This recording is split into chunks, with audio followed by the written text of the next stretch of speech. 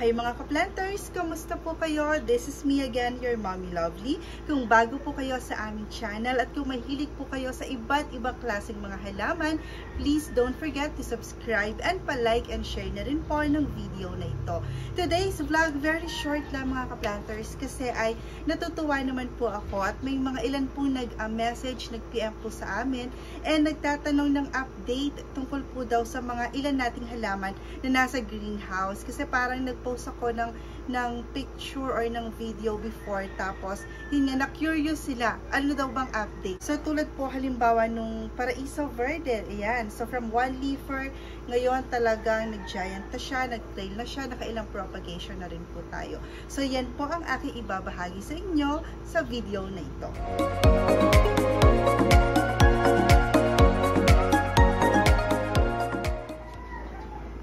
So, kung mapapansin po ninyo, 'di ba? Dito nag-wild na yung ating, ito yung pinaka-mother plant po namin talaga na Paraiso Verde. So, ayan yung talagang pinaka-mother plant namin. Nakailang propagation na ako sa kanya. And then, nakakatuwa lang. Ayan. So, ang ganda lang po pala ng Paraiso Verde kapag napadikit siya kay Bright Eye. I forgot kung anong variety or family galing itong si Bright Eye. Pero, napakaganda po nilang pagmasdan. Even si Bright Eye, oh, tingnan nyo. Diba? Napakaganda niya. And nag-trail siya. Nagustuhan niya talaga yung ginawang pole ni Daddy David kasi ay mas gumanda po siya. Ayan o. So, mula sa baba hanggang pataas. Ayan. May dahon siya. And patuloy lang siyang nagdadahon. So, this one, alam ko may binaba na ako dyan eh. Ayan, may binaba na ako dito para mag-trail sila pababa. Para kako mas tumaas. So, nag-e-enjoy sila dyan and hindi po sila mahirap alagaan. Nag-stick sila sa amin for months na hindi namin sila naalagaan. So, nakakatuwa lang. And then, sa mga nagtatanong po pala, buhay pa yung ating si variegated money tree from seed. Yes, from seed po yung variegated money tree natin na iyan. Kung mapapansin po ninyo, diretso po ang kanyang katawan. Ayan, wala po yung, hindi po yan grafted. Ayan, diba? So, diretso-diretso po yung kanyang katawan. So, from seed po yan, nakakatuwa, ilang taon na rin, buhay pa rin siya. Tapos, si ating, oh my God, ano ba pangalan nito? Si Pinati Partita, if I'm not mistaken, ayan, na wala na lang siya ng dahon dyan, pero, okay pa rin siya, goods pa rin. Itong si Paraiso Verde natin, si Paraiso Verde, hindi ko na siya talaga naasikaso, nakakainis, nabaluktot na yung kanyang katawan and then ayan siya. But I think surviving and thriving pa rin siya kasi ayan po yung kanyang mga dahon oh. Nagdadahon pa rin siya, patuloy pa rin siya nagdadahon. So goods pa rin tayo. And this one, ayan, itong si ating Mirabilis na nabili lang din natin yan before, one leafer lang. Tapos ngayon tingnan niyo naman, may mga pangit lang na leaves pero nagdadahon pa rin siya. So, I think kailangan lang nito ay repotting para makabawi-bawi siya. Kasi tingnan niyo yung mga bago niyang dahon. Ayan. Diba? Napakaganda. Yan. So, nabaliw ako talaga sa Mirabilis before. Kaya talagang kahit medyo mahal siya, nung nakuha namin na one leafer, hindi ako nagsisisi kasi surviving naman siya. Yun nga lang, kailangan na talaga niya ng repotting kasi ay apaw na yung kanyang roots. Ayan. Dito naman po, kung mapapansin niyo, ito yung mother plant natin na Flow Money Eye. Na-propagate ko yan. Nakadalawang dahon ako sa kanya. Nakadalawang propagation ako sa kanya. And thriving pa rin yung ating propagation. Established na sila. Tapos itong si Billy Tay. Kay Billy Tay talaga ako nawindang kasi sa sobrang bigat niya na, ayan, ay talaga pong medyo humihiga na siya. Ito natumba ito. Ano nga natin siya, ayan, para mas ma-appreciate. So, si Billy Tay po natin, kasi nga siguro mabigat na yung katawan niya, tapos parang one-sided lang kasi talaga yung kanyang mga dahon.